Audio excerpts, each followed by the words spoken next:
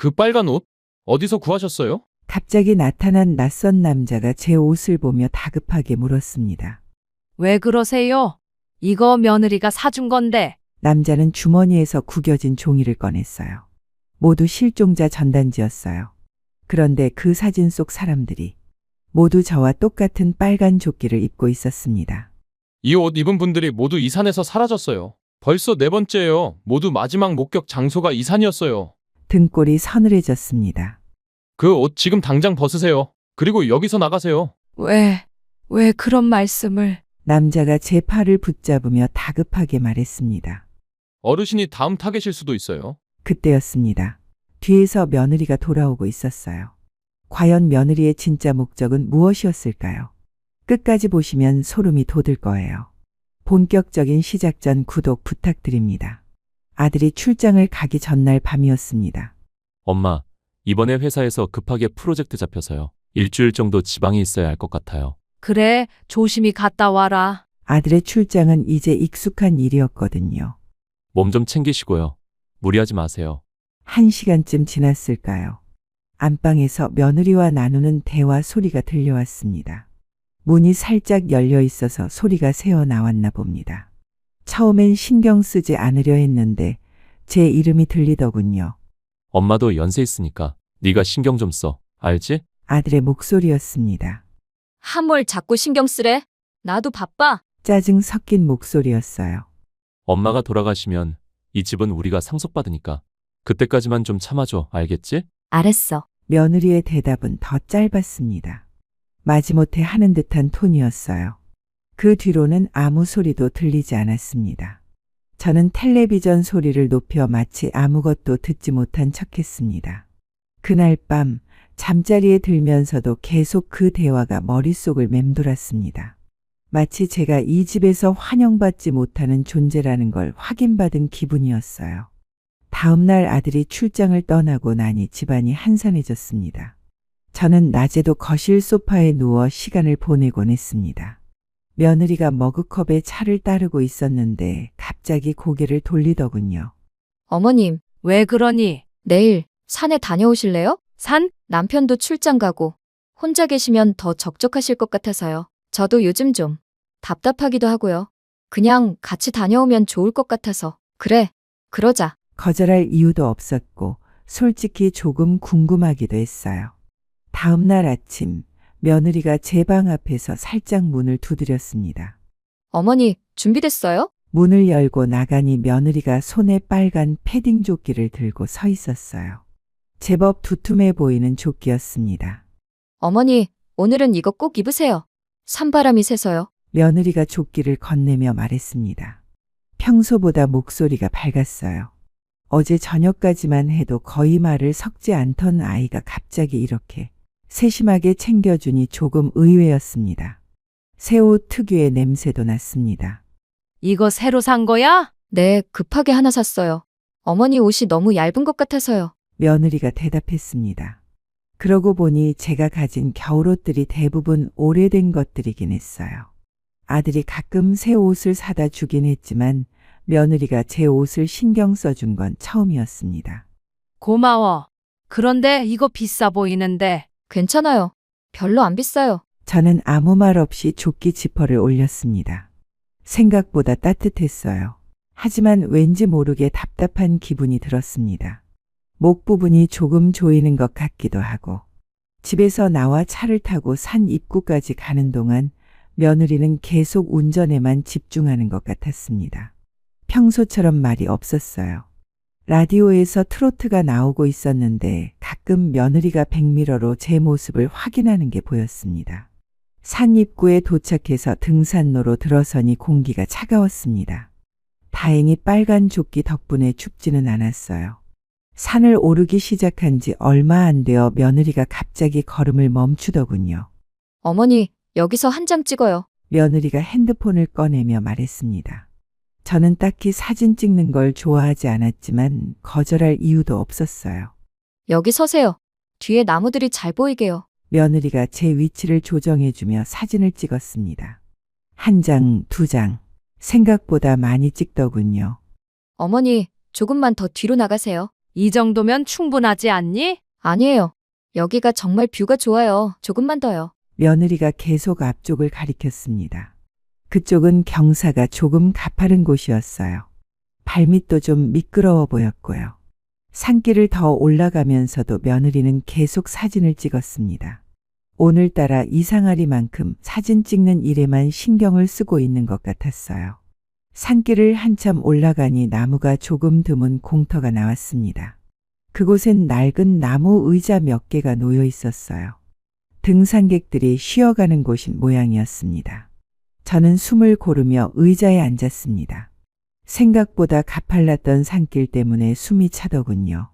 며느리는 주위를 두리번거리며 배낭에서 물병을 꺼내 벤치 위에 내려놓았습니다. 저쪽에 화장실 있나 봐요. 잠시 다녀올게요. 그래, 천천히 다녀와. 며느리는 짧게 고개를 끄덕이고 숲길로 걸어갔습니다. 저는 물병을 집어들려고 손을 뻗었습니다. 그런데 뭔가 다가오는 발소리가 들렸어요. 며느리가 벌써 돌아오나 싶어 고개를 들었습니다. 그런데 전혀 다른 사람이었습니다. 중년 남자가 등산모를 눌러쓰고 서 있었어요. 얼굴에는 땀이 송글송글 맺혀 있었지만 표정은 굳어 있었습니다. 뭔가 심각한 일이라도 있는 듯한 모습이었어요. 그 남자가 제 옆으로 와서 멈춰섰습니다. 어르신, 네? 그 옷 어디서 사셨어요? 갑작스러운 질문이었습니다. 제가 입고 있는 빨간 조끼를 가리키고 있었어요. 왜 그러세요? 며느리가 준 건데요. 남자는 잠시 숨을 고르더니 주머니에서 접힌 종이를 꺼냈습니다. 바람에 종이가 펄럭이며 펼쳐졌어요. 종이에는 흑백 사진들이 여러 장 붙어 있었는데 모두 실종자 전단지였습니다. 그런데 사진 속 사람들이 모두 같은 옷을 입고 있었어요. 제가 지금 입고 있는 것과 똑같은 빨간 패딩 조끼를 말이에요. 이 옷 입은 분들이 이 산에서 실종됐어요. 남자의 목소리가 낮게 깔렸습니다. 뭐라고요? 제 목소리가 떨렸습니다. 전단지를 다시 자세히 봤어요. 정말로 모든 실종자들이 똑같은 빨간 조끼를 입고 있었습니다. 벌써 네 번째예요. 다들 마지막으로 목격된 곳이 이 근처였어요. 그럴 리가. 이거 며느리가 챙겨준 건데. 그 말을 듣자 남자의 얼굴이 더욱 어두워졌습니다. 어르신, 며느리분, 조심하세요. 그분이 혹시 이상한 행동을 하시면 바로 내려오세요. 그게 무슨... 어르신도 어떻게 될지 모릅니다. 그때였습니다. 숲 쪽에서 낙엽 밟는 소리가 났어요. 저는 반사적으로 고개를 돌렸습니다. 며느리가 돌아오고 있었습니다. 걸음걸이는 평소와 다름없었지만 저와 그 남자를 번갈아 보는 시선이 예사롭지 않았어요. 고개를 돌려보니 아까 그 남자는 이미 공터 가장자리로 비켜서 있었습니다. 모자를 더 깊이 눌러쓰고 나무들 사이로 몸을 감췄어요. 마치 애초에 없었던 사람처럼 말이에요. 어머니, 며느리가 다가와 말했습니다. 응? 아까 누구랑 얘기하셨어요? 며느리의 눈이 제 얼굴을 똑바로 바라봤습니다. 평소와 똑같은 무표정이었지만 왠지 숨이 막히는 기분이었어요. 아, 그냥 등산객이 정상까지 얼마나 걸리냐고 묻더라. 그래요? 응? 뭐 별 얘기 아니었어. 저는 시선을 돌렸습니다. 그런데 손바닥이 축축하게 젖어 있는 걸 깨달았어요. 언제부터 이렇게 긴장하고 있었던 걸까요? 그 짧은 순간 머릿속에 아까 전단지의 얼굴들이 떠올랐습니다. 모르는 여자들이었지만 모두 저와 같은 나이대였어요. 그리고 모두 똑같은 빨간 패딩 조끼를 입고 있었습니다. 왜 저도 지금 이 옷을 입고 있는 걸까요? 공터에서 잠시 쉰 뒤 다시 산길을 오르기 시작했습니다. 한참을 걸으니 이마에 땀이 배어나왔습니다. 빨간 패딩 조끼가 숨을 막히듯 달라붙는 느낌이었어요. 저는 걸음을 멈추고 지퍼를 살짝 내리며 숨을 고르기 시작했습니다. 어우, 걸으니까 덥구나. 중얼거리며 조끼를 벗으려고 했습니다. 그런데 뒤에서 따라오던 며느리의 목소리가 들렸어요. 어머님, 뒤돌아보니 며느리가 몇 걸음 뒤에 서 있었습니다. 평소보다 빨리 다가오더군요. 산바람이 찬데 벗으시면 감기 걸리실 거예요. 며느리가 말했습니다. 그런데 목소리에 묘한 급함이 섞여 있었어요. 아니 그렇게 좋으면 네가 좀 입어라. 저는 조끼를 접어서 며느리에게 내밀었습니다. 사실 조금 짓궂은 마음도 있었어요. 아까 그 남자가 보여준 전단지가 자꾸 머릿속에 맴돌았거든요. 그런데 며느리가 잠깐 멈칫하더니 손사래를 치며 뒷걸음질을 쳤습니다. 싫어요. 전 더운데요. 아니야. 너 지금 너무 얇게 입고 나왔어. 정말 그랬어요. 며느리는 얇은 바람막이 하나만 걸치고 있었거든요. 산바람이 차다면서 자기는 왜 저렇게 얇게 입고 온 건지 이상했습니다. 입어. 저는 조끼를 한 발 더 다가가서 내밀었습니다. 왜 못 입겠니? 잠시 서로 바라보는 시간이 흘렀습니다. 며느리는 짧게 숨을 고르더니 마지못해 조끼를 받아들었습니다. 그럼 제가 들고 다닐게요. 저는 다 어머님 생각해서 그런 거예요. 그럼 계속 올라가 볼까요? 며느리가 먼저 발걸음을 옮겼습니다. 저는 그 뒷모습을 바라보며 따라갔어요. 그런데 자꾸만 시선이 며느리가 들고 있는 빨간 조끼로 향했습니다. 왜 그렇게까지 입기 싫어했을까요? 그리고 왜 제게는 꼭 입으라고 했던 걸까요? 산길을 더 올라가니 숨이 더욱 가빠졌습니다. 그런데 며느리는 갑자기 멈춰서서 주변을 계속 둘러보았습니다. 어머님, 여기서 마지막으로 한 장만 더 찍을게요. 이번엔 절벽 근처였어요. 아래로 깊숙한 계곡이 내려다 보이는 곳이었습니다. 발밑으로는 바위들이 험하게 솟아 있었고요. 벌써 몇 장을 찍었는데. 여기가 정말 뷰가 좋아요. 마지막 한 장만요. 거기 앞에 서보세요. 조금만 더 뒤로 나가세요. 이 정도면 될 것 같은데. 아니에요. 조금만 더요. 배경이 더 잘 나올 거예요. 며느리가 계속 뒤쪽을 가리켰습니다. 그쪽은 절벽 가장자리였어요. 너무 가까이 가면 위험해 보였습니다. 저는 조심스럽게 한 발짝 더 뒤로 나갔습니다. 그런데 며느리가 또 말했어요. 조금만 더요. 이제 그만하자. 너무 가까우면 위험해. 그때 며느리의 손끝이 제 어깨를 스쳤습니다. 사진을 찍으려고 자세를 조정해 주는 것 같았어요. 하지만 그 손에 이상한 힘이 들어가 있었습니다. 어머님, 너무 원망하지 마세요. 며느리가 낮게 중얼거렸습니다. 그 순간이었습니다. 며느리가 저를 밀고 있었습니다. 한 발만 더 나가면 절벽 아래로 떨어질 수 있는 거리였거든요. 그 순간 저는 몸을 번쩍 돌렸습니다. 며느리의 팔을 붙잡아 그대로 비틀었어요. 너무 갑작스러운 일이라 며느리가 당황하는 게 보였습니다. 뭐 하세요? 며느리의 표정이 일그러졌습니다. 당황한 기색이 역력했어요. 손에 쥔 며느리의 팔이 차갑게 떨리고 있었어요. 그리고 숨을 고르듯 짧게 중얼거렸습니다. 너야말로 못하는 짓거리야. 그 말을 끝으로 저는 힘을 주어 며느리의 몸을 돌렸습니다. 순식간에 균형을 잃은 며느리가 절벽 바깥쪽으로 비틀거렸어요. 손을 허공에 뻗으며 뭔가를 붙잡으려 했지만 잡을 것이 없었습니다.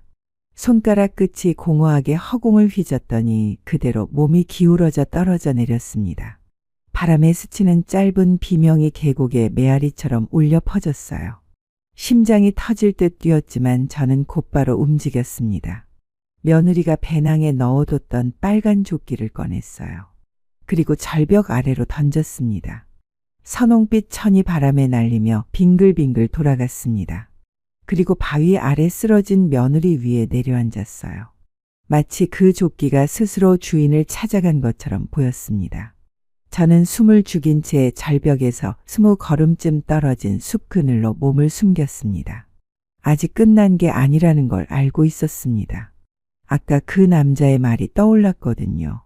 이미 4번째라는 말, 그리고 모든 실종자들이 같은 조끼를 입고 있었다는 사실.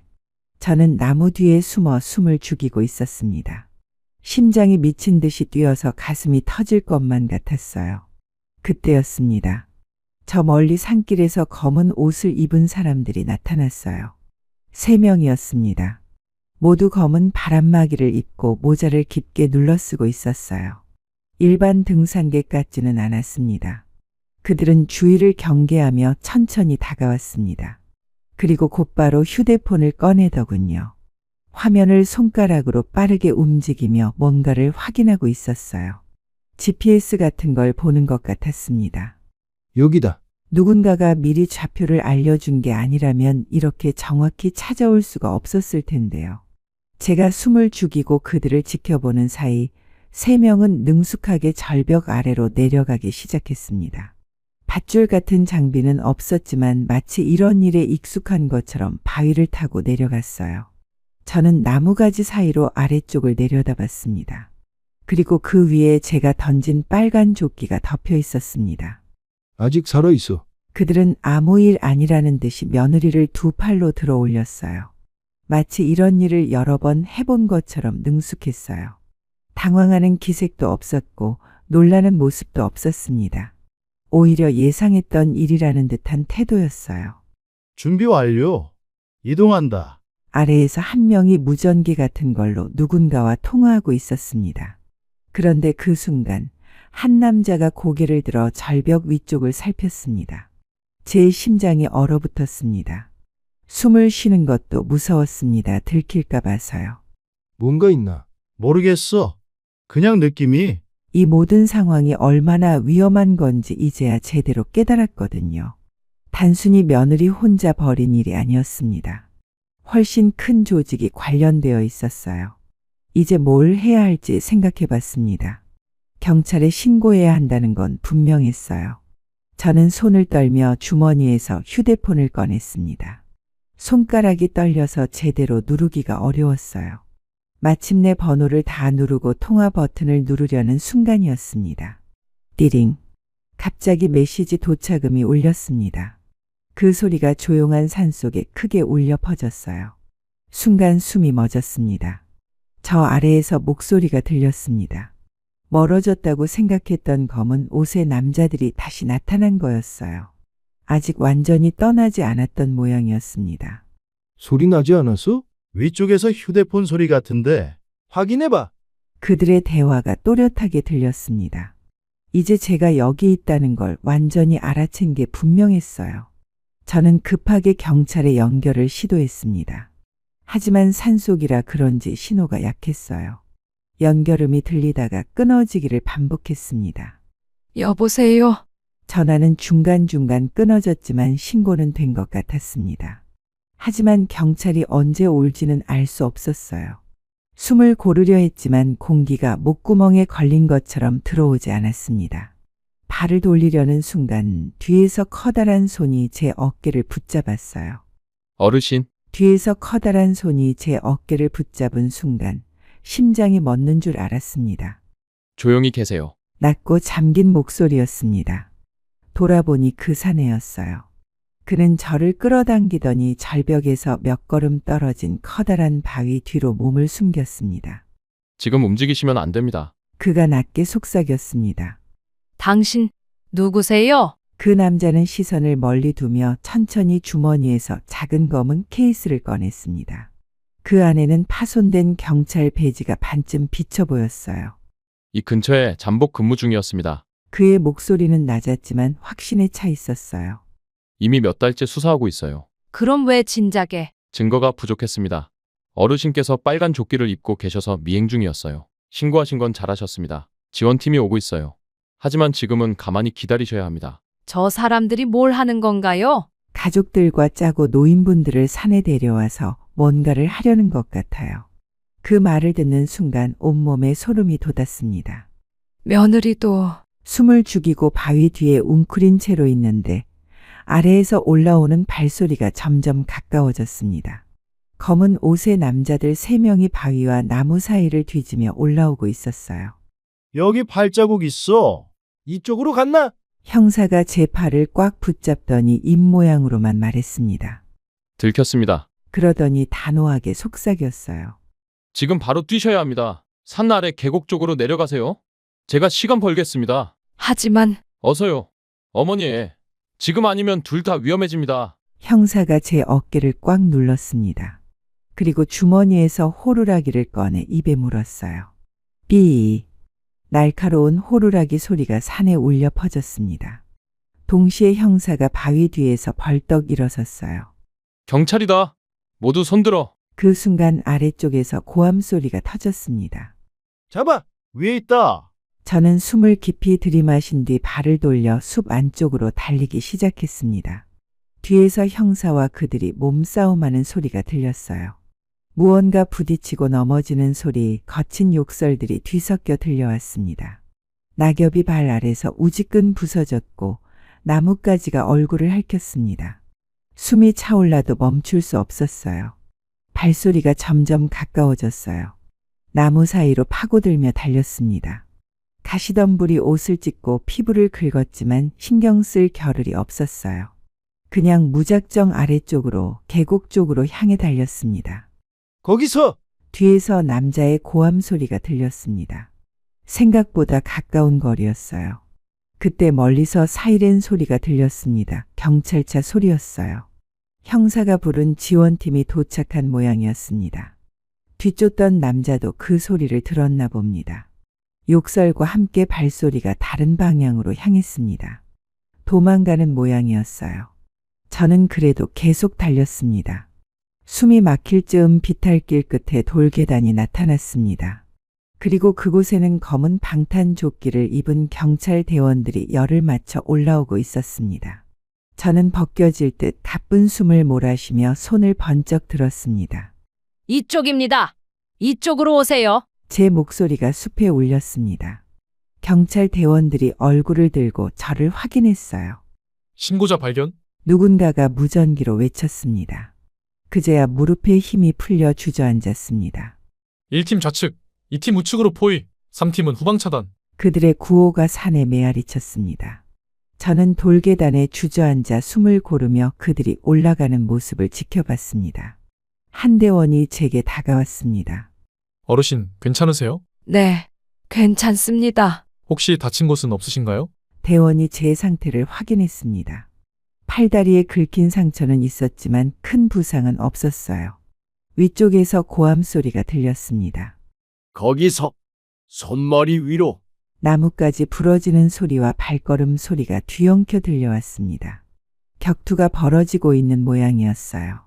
그 형사님은 어떻게 됐어요? 제가 대원에게 물었습니다. 아, 잠복 중이던 김영사님 말씀이시군요. 곧 내려오실 거예요. 그 말에 안도했습니다. 얼마 후 위쪽에서 사람들이 내려오기 시작했습니다. 경찰관들이 2명의 남자를 호송하고 있었어요.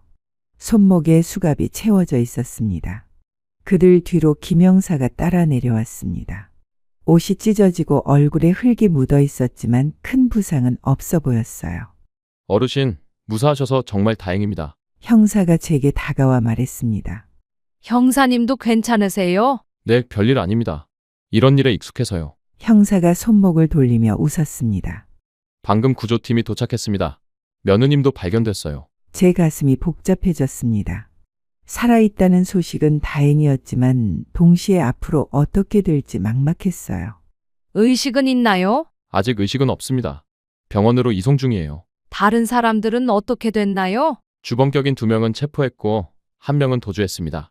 하지만 곧 잡힐 거예요. 형사가 설명했습니다. 이 조직이 벌써 몇 건의 사건을 일으켰는지 아세요? 몇 건이나요? 최소 5건입니다. 모두 같은 수법이었어요. 가족 중 1명이 내부 공모자가 되고 장기 매매를 하는 업체에게 넘기고 실종 신고를 하는 거죠. 그 말을 들으니 소름이 돋았습니다. 제가 그 6번째가 될 뻔했다는 거잖아요. 이제 어떻게 되는 건가요? 일단 병원에 가서 정밀 검사를 받으셔야 합니다. 그리고 내일 경찰서에서 정식 조서를 받을 예정이에요. 형사가 친절하게 설명해 줬습니다. 하지만 오늘은 충분히 쉬세요. 많이 놀라셨을 테니까요. 정말 긴 하루였습니다. 아침에 집을 나설 때는 이런 일이 벌어질 줄 꿈에도 몰랐어요. 그날 새벽 2시가 넘어서야 경찰차가 조용히 제 집 앞에 멈춰섰습니다. 경찰서에서 간단한 조서를 마친 뒤였어요. 하루 종일 정신없이 지나갔는데 이제야 집에 돌아왔습니다. 형사가 조용히 제 옆에 섰습니다. 안으로 들어가시죠. 혹시 상황 설명이 필요하시면 곧 담당 수사관이 연락드릴 겁니다. 고생 많으셨어요. 저는 짧게 고개를 숙였습니다. 오늘 형사가 아니었다면 어떻게 됐을지 모르거든요. 형사가 돌아서고 문을 열려는 순간 안쪽에서 인기척이 들렸습니다. 복도 불이 켜져 있었어요. 어머니, 낮고 떨리는 목소리였습니다. 복도 끝에 아들이 서 있었어요. 얼굴이 새파랗게 질려 있었습니다. 머리카락은 헝클어져 있고 두 손은 허공에 매달린 듯 어쩔 줄 몰라 했어요. 어머니, 대체 이게 무슨 일이에요? 저는 문턱에 멈춰서서 그 아이의 눈을 똑바로 바라봤습니다. 어쩌면 가장 보고 싶지 않던 얼굴일지도 모르겠습니다. 어떤 표정을 지어야 할지, 무슨 말부터 해야 할지 알 수 없었어요. 많이 놀랐지. 아들은 허겁지겁 달려와 제 팔을 붙잡았습니다. 무슨 일이에요? 아까 경찰에서 전화 왔는데. 산에서 무슨 일이 있었다고. 와이프는 어디 있어요? 병원에 있다는데 대체 뭔 일이? 말이 빨라지며 점점 목소리가 높아졌어요. 일단 안으로 들어가자. 저는 아들을 거실로 데려갔습니다. 소파에 앉혀놓고 찬물을 한 잔 가져다 줬어요. 진정하고 들어라. 대체 무슨 일이에요? 저는 잠시 눈을 감고 어디서부터 말해야 할지 생각해 봤습니다. 며느리가 저를 산에 데려간 것부터 빨간 조끼 이야기, 절벽에서 일어난 일까지 모든 걸 다 말해야 하는 건지 확신이 서지 않았어요. 네 아내가 나를 죽이려고 했다. 아들의 얼굴이 순간 굳었습니다. 네? 뭐라고요? 절벽에서 나를 밀었어. 그게 말이 돼요? 어머니가 뭔 소리를? 경찰이 다 확인했다. 아들이 고개를 좌우로 저었습니다. 아니에요. 그럴 리가 없어요. 수연이가 왜 그런 짓을? 믿기 싫으면 경찰서에 가서 직접 들어봐라. 저는 담담하게 말했습니다. 화가 난다기보다는 허탈했어요. 아들의 손이 천천히 머리카락을 움켜쥐었습니다. 한동안 거실에는 아무 말도 없었습니다. 시계 초침 소리와 두 사람의 거친 숨소리만 남아 가만히 울렸어요. 아들은 계속 고개를 숙이고 있었고 저는 그런 아들을 바라보며 앞으로 어떻게 살아가야 할지 생각했습니다. 일주일이 지났습니다. 아들은 회사도 나가지 않고 집에만 있었어요. 밥도 제대로 먹지 않고 말수도 줄었습니다. 저는 밤마다 침대에 누워 생각했습니다. 며느리의 얼굴, 절벽에서 저를 밀어내려 했던 그 손의 감촉, 떨어져 내리던 순간의 비명. 그 모든 게 자꾸 떠올랐어요. 그래서 직접 가보기로 했습니다. 병원 복도는 소독약 냄새와 정막이 감돌고 있었습니다. 하얀 문짝 위에 작은 이름표가 붙어 있었어요. 김수연, 며느리의 이름이었습니다. 이제는 그 세 글자가 낯설어 보였어요. 저는 손잡이에 가만히 손을 얹고 잠시 망설였습니다. 하지만 이 일을 정리하려면 마지막 대화가 필요했습니다. 짧게 숨을 고르고 문을 열었습니다. 병실 안은 조용했습니다. 며느리는 침대에 반쯤 기대어 앉아 창밖을 보고 있었어요. 다리에 깁스가 되어 있고 팔에는 링거가 연결되어 있었습니다. 저는 문을 닫고 의자를 가져다 침대 옆에 앉았습니다. 며느리는 여전히 창밖만 바라보고 있었어요. 왜 그랬니? 내가 뭘 그렇게 했다고 나를. 여전히 대답이 없었습니다. 마치 제가 없는 것처럼 행동했어요. 어떻게 알았어요? 놓친 내 생각보다 눈치가 빠르네. 내가 원하는 게 그거였니? 내가 죽는 것. 알아서 생각하세요. 며느리가 시선을 다시 창밖으로 돌렸습니다. 얼마나 받기로 했어? 수연이가 시선을 피하지 않고 저를 똑바로 바라봤습니다. 아무 대답도 하지 않았지만 그 눈빛만으로도 충분했어요. 너 언제부터 나를? 생각보다 오래됐어요. 담담한 목소리였습니다. 마치 날씨 얘기하듯 무덤덤했어요. 미안하단 말은 안 하니. 그런 감정은 없어요. 순간 병실 공기가 완전히 식어버린 것 같았습니다. 그럼 내 아들은? 내 남편은 뭐야? 어차피 어머님 돌아가시면 재산 상속받잖아요. 좀 일찍 받는 거죠. 보험금도 받고. 그렇죠. 며느리가 아주 짧게 웃었습니다. 웃음이라기엔 너무 비어있는 표정이었어요. 넌 후회 안 하니? 뭘요? 실패한 것. 그냥 편하게 가시지 그랬어요. 이런 꼴 안 보고. 나도 그렇게 호락호락하지 않아. 앞으로 어떻게 될지 두고 봐. 내가 우리 가족한테 한 짓 고스란히 돌려받을 거야. 저는 더 이상 할 말이 없었습니다. 문을 열고 나가며 마지막으로 말했어요. 악마 같은 년? 복도로 나와 문을 닫는 순간 병실 안에서 뭔가 던지는 소리가 들렸습니다. 하지만 돌아보지 않았어요.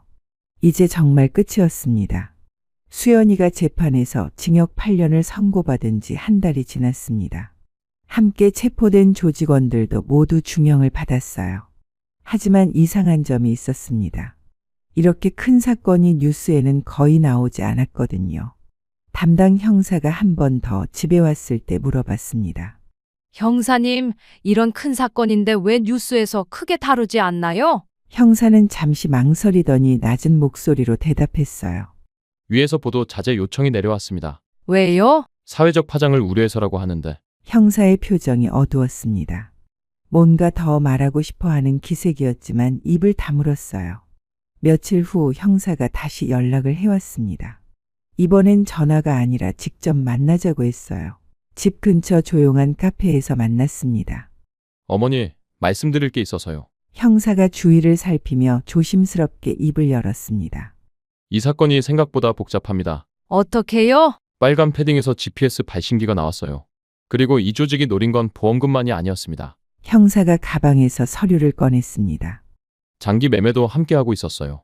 산에서 사고를 위장해서 죽인 뒤에 장기를 빼내는 거죠. 등골이 서늘해졌습니다. 그럼 나도. 네, 어머니도 그 대상이었을 가능성이 높습니다.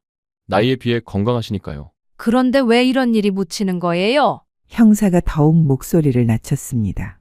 이 조직 뒤에 큰 손이 있어요. 재벌, 고위급까지 연결되어 있습니다. 장기를 공급받던 측의 VIP들이 많거든요. 그래서 언론도 막는 거군요. 네, 저희도 수사에 제약이 많아요. 겉으로 드러난 실행범들만 처벌하고 끝낼 분위기입니다. 형사가 서류를 다시 가방에 넣으며 말했습니다.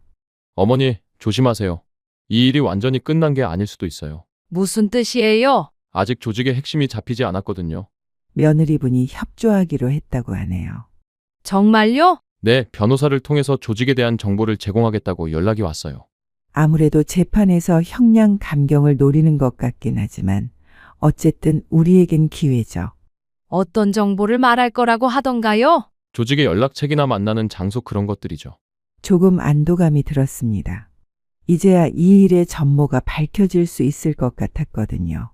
하지만 그 안도감은 오래가지 못했습니다. 일주일 후 이른 아침에 다시 형사에게서 전화가 왔어요.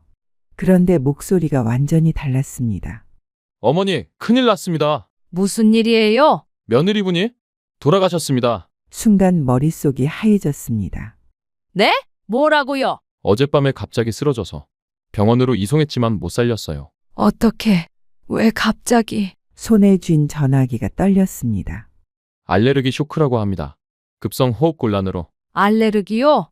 수연이가 무슨 알레르기가 있다고? 교도소 급식에 새우가 들어있었는데 갑자기 기도가 막혀서. 형사의 목소리도 떨리고 있었어요.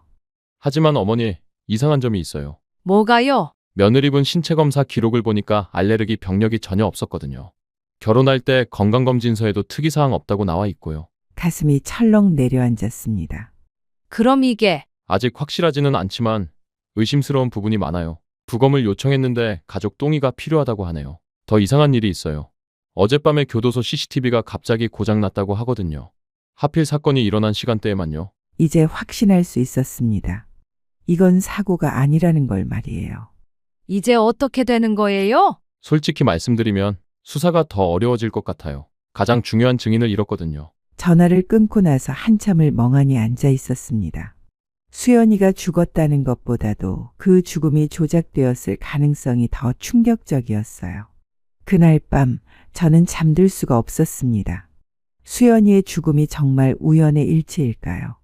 아니면 정말로 누군가 입막음을 한 걸까요? 며느리도 아마 몰랐을 겁니다. 그냥 돈에 눈이 멀어 가다만 말단일 뿐이었겠죠. 그날 밤부터 집 주변에서 이상한 차들이 보이기 시작했습니다. 며칠 연속 같은 자리에 주차되어 있는 검은 세단, 아파트 입구에서 담배를 피우며 서성이는 낯선 남자들. 아들에게 말했지만 신경과민이라며 대수롭지 않게 여겼어요. 하지만 저는 알고 있었습니다. 이 일이 아직 끝나지 않았다는 걸 말이에요. 형사가 준 명함을 서랍 깊숙이 숨겨뒀습니다. 언젠가 필요한 순간이 올 것 같았거든요. 밤마다 창문을 통해 아래쪽을 내려다보며 생각했습니다. 과연 이 거대한 조직과 맞서 살아남을 수 있을까 하고 말이에요. 수연이가 죽은 지 일주일이 지났습니다. 형사는 그 후로도 계속 연락을 해왔어요. 수사 진행 상황을 알려준다면서 말이에요. 어머니, 부검 결과가 나왔습니다. 어떻게 나왔어요? 역시 알레르기 쇼크가 맞다고 하네요. 특별한 외상이나 독성 물질은 발견되지 않았다고. 형사의 목소리는 여전히 안타까워하는 듯 했습니다. 하지만 뭔가 이상했어요. 그런데 형사님, 교도소 CCTV는 어떻게 됐나요? 아, 그건 복구가 안 된다고 하더군요. 하드디스크 자체가 손상됐다고. 너무 깔끔하게 정리되는 것 같았습니다. 모든 증거가 사라지고 모든 의혹이 우연으로 처리되고 며칠 후 형사가 또 연락했습니다. 어머니, 혹시 최근에 이상한 일 없으셨어요? 왜요? 그냥 혹시 누가 접근하거나 협박 전화 같은 거 받으신 적 있나 해서요. 이상했습니다. 왜 갑자기 이런 질문을 하는 걸까요? 없었어요. 왜 그런 걸 물어보시는 거예요? 아, 그냥 만일을 대비해서요. 어머니가 이 사건의 핵심 증인이시니까 혹시나 해서. 그날 밤 저는 형사와의 대화를 곰곰이 되짚어 봤습니다. 뭔가 어색한 부분들이 있었어요. 첫 번째, 형사가 처음 나타난 타이밍이 너무 완벽했습니다. 마치 제가 위험에 처할 걸 미리 알고 있었던 것처럼요. 두 번째, 조직에 대해 너무 자세히 알고 있었어요. 몇 달째 수사했다고 했지만 그렇다면 왜 미리 막지 못했을까요? 다음 날 저는 직접 확인해 보기로 했습니다. 인터넷으로 김민수 형사를 검색해 봤어요. 몇 년 전 다른 사건으로 신문에 나온 기사도 있었어요. 하지만 그 기사를 자세히 읽어보니 이상한 점이 있었습니다. 수사 과정에서 증거 인멸 의혹이 제기됐으나 담당 형사의 부적절한 수사 진행으로 내부 조사 결과 징계 처분. 김민수 형사는 진짜 경찰이었지만 문제가 있는 형사였던 거예요. 그리고 아마도 이미 그쪽에 매수되었거나 협력하고 있는 사람일 가능성이 높았습니다. 그제야 모든 퍼즐이 맞춰졌습니다. 왜 수사가 계속 막다른 길에 부딪히는지, 왜 핵심 증거들이 하나씩 사라지는지. 형사는 저를 보호하는 척하면서 사실은 감시하고 있었던 거였어요. 그리고 언제든 필요하면 저를 제거할 수 있는 위치에 있었고요. 저는 서둘러 결정했습니다. 더 이상 기다릴 수 없었어요. 그날 저녁 아들에게 말했습니다. 아들아, 앉아라. 중요한 얘기가 있다. 저는 잠시 망설였습니다. 이 이야기를 하는 순간 아들도 위험에 빠질 수 있으니까요. 하지만 선택의 여지가 없었어요. 형사가, 김민수 형사가 가짜야. 네? 무슨 소리예요? 아니, 진짜 형사는 맞는데 그쪽 편이었어. 우리를 속이고 있었다고. 아들의 얼굴이 굳었습니다. 엄마, 정확히 무슨 말씀이세요? 저는 차근차근 설명했습니다. 형사의 이상한 행동들, 너무 완벽한 타이밍, 계속 사라지는 증거들, 그리고 제가 인터넷에서 찾은 그의 과거 기록까지. 그러니까 지금 저 형사가 엄마를 감시하고 있다는 거예요? 그래, 그리고 나도 쥐도 새도 모르게 없어질 수 있어. 수연이처럼 말이야. 그 말을 듣자마자 아들이 벌떡 일어났습니다. 그리고는 갑자기 거실 커튼을 모두 쳤어요. 뭐 하는 거야? 잠깐만요, 엄마. 아들이 자신의 휴대폰 전원을 껐습니다. 그리고 제 휴대폰도 가져가서 전원을 껐어요. 혹시 몰라서요. 휴대폰으로 녹음할 수도 있잖아요. 엄마, 처음부터 다시 말씀해 주세요. 정확히 뭘 알고 계신지, 그리고 어떤 증거가 있는지. 그럼 우리가 지금 해야 할 일이 뭐예요? 내가 가진 모든 자료를 언론사에 제보해야 해. 하지만 나 혼자서는 컴퓨터 작업이 어려워서. 알겠습니다. 제가 도와드릴게요. 아들이 노트북을 가져왔습니다.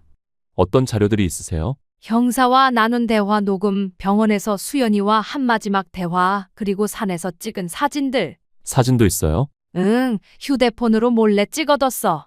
검은 옷 남자들이 수연이를 데려가는 모습도 있고. 아들의 눈이 커졌습니다. 이건 엄청난 증거네요. 그래서 빨리 여러 언론사에 동시에 보내야 해. 한 곳만 보내면 막힐 수 있으니까. 아들이 고개를 끄덕였습니다. 알겠습니다. 지금 바로 시작할게요. 그런데 엄마, 왜? 정말 위험할 수 있어요. 이런 일을 하면 그쪽에서 가만히 있지 않을 텐데. 그래서 더 빨리 해야 하는 거야. 우리가 먼저 공개해버리면 우리를 함부로 건드릴 수 없어. 아들이 깊게 숨을 쉬었습니다. 엄마, 한 가지만 약속해 주세요. 이 일이 끝날 때까지 절대 혼자 행동하지 마세요. 항상 저와 함께 다니시고 아무에게도 우리 계획을 말하지 마세요. 알겠다. 아들이 노트북을 열며 말했습니다. 그럼 지금부터 시작할게요. 아들과 함께 새벽 6시까지 작업했습니다. 총 7곳의 언론사에 동시에 제보 메일을 보냈어요.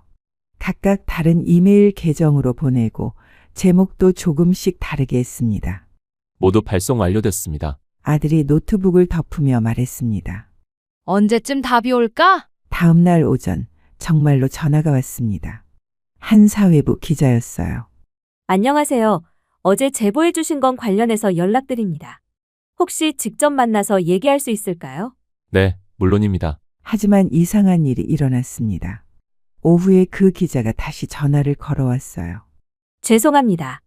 윗선에서 이 건은 다루지 않기로 결정됐다고 하네요. 왜요? 이렇게 중요한 사건인데. 자세한 사정은 말씀드리기 어렵고. 죄송합니다. 하지만 이틀째 되던 날 한 곳에서 연락이 왔습니다. 탐사보도팀이었어요. 안녕하세요. 제보해주신 내용 관련해서 연락드립니다. 다른 곳에서는 어떤 반응이었나요? 솔직하게 말했습니다. 모든 곳에서 거절당했다고요.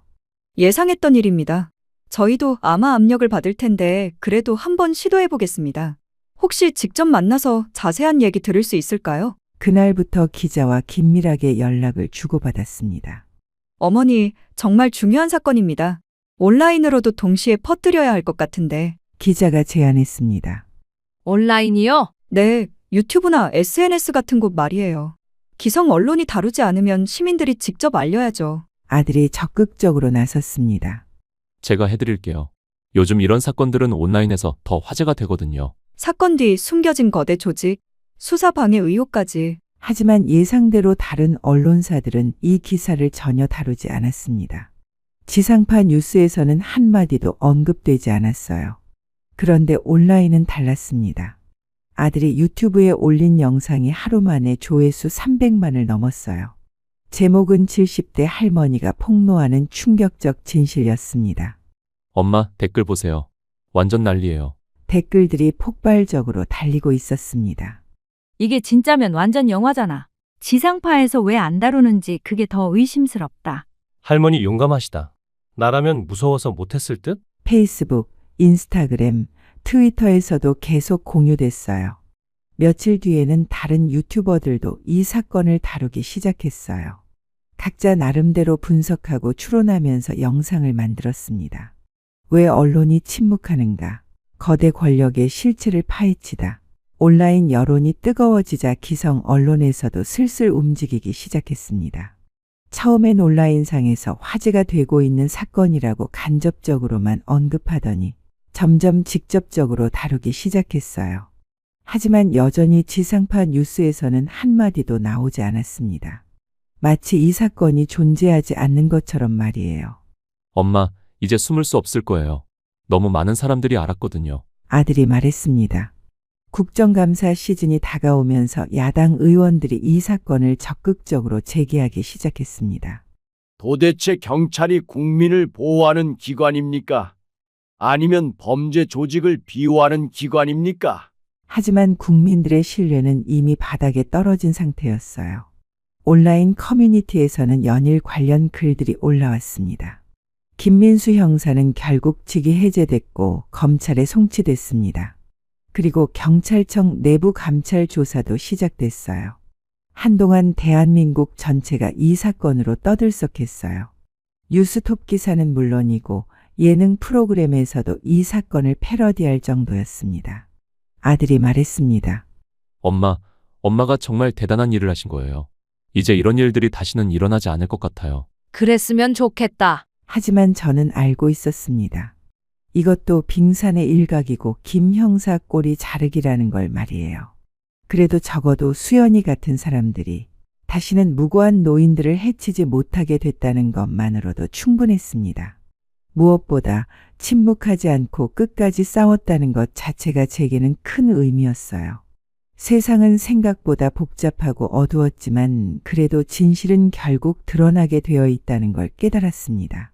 비록 시간이 걸리고 많은 사람들의 용기가 필요하지만 말이에요.